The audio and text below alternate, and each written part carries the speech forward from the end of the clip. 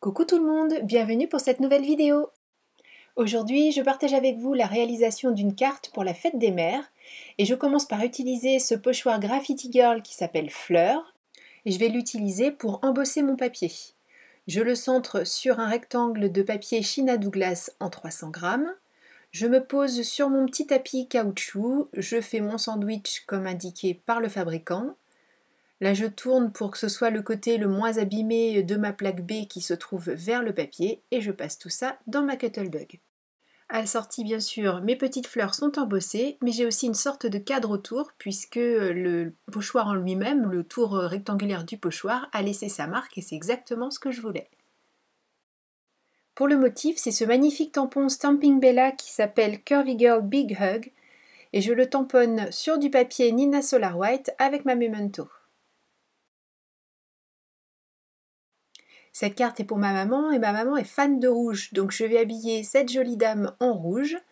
Vous avez ici les références des feutres que j'ai utilisés et j'ai sorti cette fois-ci mes Copics et j'ai oublié de me mettre sur un petit papier pour faire une épaisseur en dessous et éviter que ma plaque de verre ne me renvoie le Copic.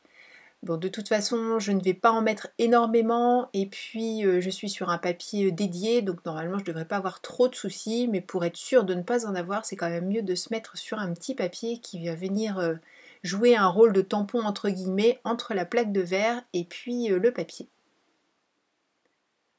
Pour la mise en couleur, ultra facile, je remplis le tout avec mon feutre. Je repasse pour éviter d'avoir toutes ces petites différences parce que le feutre a déjà eu le temps de sécher à certains endroits. Et je vais petit à petit remplir cette image qui, ma foi, est pleine de tout petits détails. Donc c'est vrai qu'il faut un petit peu s'appliquer, mais il est tout à fait possible de le mettre en couleur assez facilement. Les rouges, c'est une des couleurs que je préfère utiliser avec les feutres à alcool. Je trouve que les dégradés sont toujours très beaux. Comme d'habitude, je m'astreins à poser les ombres là où j'estime qu'elles sont nécessaires, par manque de lumière ou par les formes imposées par le corps de la personne, la petite fille dans ses bras.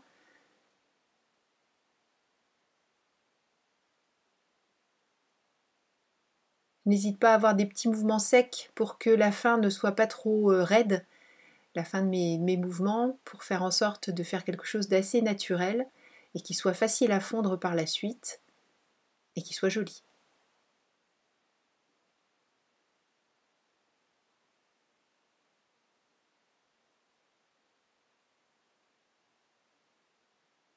Comme d'habitude, je vais du clair au foncé et je reviens avec le moyen sur le plus foncé et ensuite je reviendrai avec le clair pour finir de fondre tout ça et faire en sorte que tout soit harmonieux, qu'il n'y ait pas de transition trop abrupte.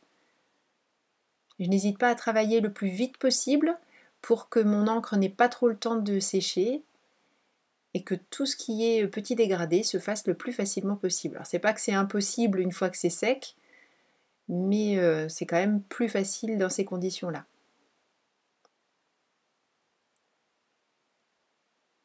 Alors bien sûr, je vais du plus clair au plus foncé, mais je n'hésite pas à revenir remettre les couleurs dont j'ai besoin là où j'estime qu'il y en a besoin. C'est pas gravé dans le marbre, c'est vraiment en fonction de ce qu'on arrive à obtenir, en fonction de ce qui nous réussit. Moi, cette manière de procéder jusqu'ici me satisfait pleinement, donc je continue comme ça.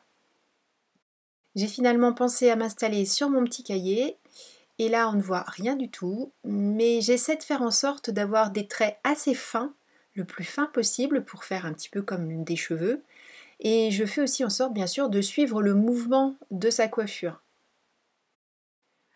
J'ai là aussi utilisé 3 tonalités différentes, une claire, une moyenne et une foncée. Et là, avec la moyenne, je repasse, alors pas vraiment par-dessus la claire, je complète ce que j'ai déjà fait pour éliminer un petit peu de blanc, mais en laissant quand même pour faire un petit peu de brillance dans sa chevelure. Et puis donc repasser quand même aux endroits les plus sombres, notamment les bouts de mèche, là ils sont complètement cette fois-ci dans le coloris moyen. Et là, avec le coloris foncé, à nouveau, j'ajoute des hachures toujours pareil, en complétant, sans effacer ce que je viens de faire, juste je vais de moins en moins loin vers le milieu de la coiffure entre guillemets, pour faire en sorte de ne faire que les extérieurs avec le sombre. Faudra que sur une prochaine vidéo, je pense à filmer sur le côté pour que vous voyez un petit peu mieux ce qui se passe. Pour la petite fille, j'ai fait de la même manière, mais là j'ai même pas laissé la vidéo parce qu'on ne voyait que ma main, ça n'avait vraiment aucun intérêt. Pour sa robe, j'utilise des tons de bleu-vert. Là, comme tout à l'heure, hein, je ne vais rien faire de bien nouveau. L'aplat avec la couleur la plus claire.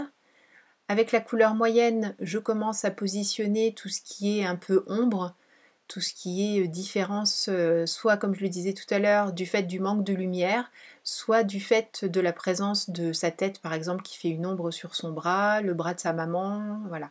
J'essaie de respecter à peu près la réalité. Et pour éviter d'avoir trop de couleurs différentes, eh bien, je vais utiliser exactement ce même dégradé pour les chaussures de la petite fille et pour les chaussures de la maman. Enfin, la chaussure de la maman, parce qu'on n'en aperçoit qu'une. Pour leur peau, j'utilise un mélange que je fais quasiment à chaque fois. D'ailleurs, ça fait vraiment partie des progrès qu'il faut que je fasse, parce que c'est assez restrictif quand même comme mélange. Et j'utilise 2 tonalités de beige et un violet pour vraiment marquer les ombres les plus profondes, notamment celles faites avec les cheveux ou celles faites par les vêtements ou la présence d'une autre personne. Enfin voilà, j'essaie de faire en sorte d'arranger tout ça. Et aussi, j'essaie de leur donner des petits nez à ces personnages. Elles n'ont pas de bouche, mais j'ai essayé de faire en sorte qu'elles aient un petit nez. Et pour tout le reste des éléments, toutes les fleurs sont dans les mêmes couleurs, un rose assez vif, parce que je voulais quand même que ça se détache de la robe, mais je voulais rester dans des tonalités assez proches du reste pour que ce ne soient pas les fleurs qui attirent le regard. Et sur le blog, j'ai fait une photo de la carte et avec des petites flèches, je vous indique endroit par endroit toutes les combinaisons de feutres que j'ai utilisées.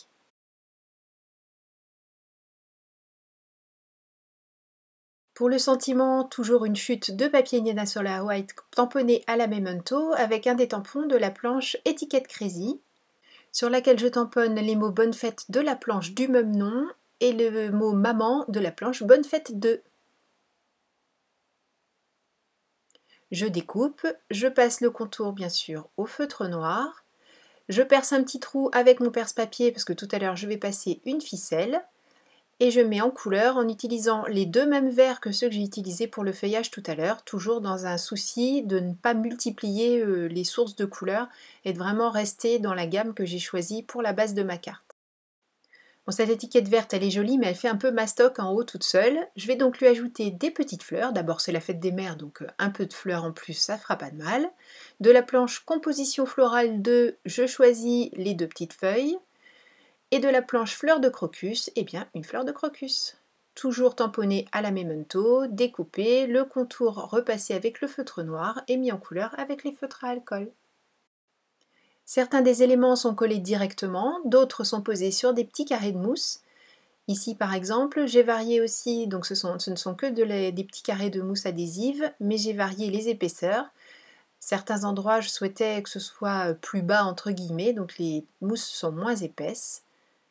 Et j'ai fait la même chose pour l'étiquette, j'ai d'abord mis la petite ficelle, ensuite j'ai collé l'étiquette directement à la colle et j'ai mis des carrés de mousse sous la fleur.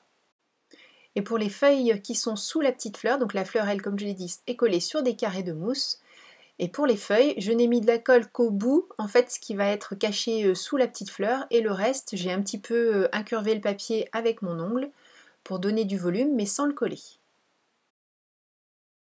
Pour aller sur la base de carte, là aussi de la mousse adhésive, j'ai pas hésité à en mettre quand même pas mal pour éviter qu'il y ait un écrasement. Il y a un endroit où je n'ai pas enlevé les protections pour me permettre de bien positionner mon papier et quand je suis sûre, j'appuie là où les protections sont enlevées et je termine bien sûr en tirant sur mes petits papiers pour que tout soit collé. Je n'ai plus qu'à faire mes plis, mes coupes et à ajouter les petits détails qui font la différence, à savoir un rappel à l'intérieur avec la même petite fleur et les mêmes feuilles que tout à l'heure, cette fois-ci uniquement dans une tonalité de Versamagic verte. J'utilise pour pouvoir faire ma composition les différents masques qui sont fournis avec les planches de tampons. Et une fois que j'ai refermé ma carte, j'ai trouvé qu'il manquait quelque chose encore sur l'étiquette. Le coin à gauche du mot maman, je le trouvais un petit peu vide. Donc de la planche Lapin Crazy, je tamponne ce tout petit cœur que je mets en couleur en rouge avec les rouges utilisés pour la robe et je le colle à gauche du mot maman. Bon, on ne me voit pas le faire sur la vidéo, mais au milieu de la fleur, j'ai mis des petits cristal drops jaunes. Alors c'était une petite entorse à mes habitudes de ne pas ajouter de couleurs différentes, mais là ce sont vraiment des tout petits points et ça apporte un petit peu de lumière supplémentaire au milieu de la fleur. Et cette carte est terminée. Merci beaucoup d'avoir suivi cette vidéo en ma compagnie. Je vous donne rendez-vous très vite pour une nouvelle réalisation. D'ici là, surtout prenez bien soin de vous, créez et partagez. Gros bisous, bye bye.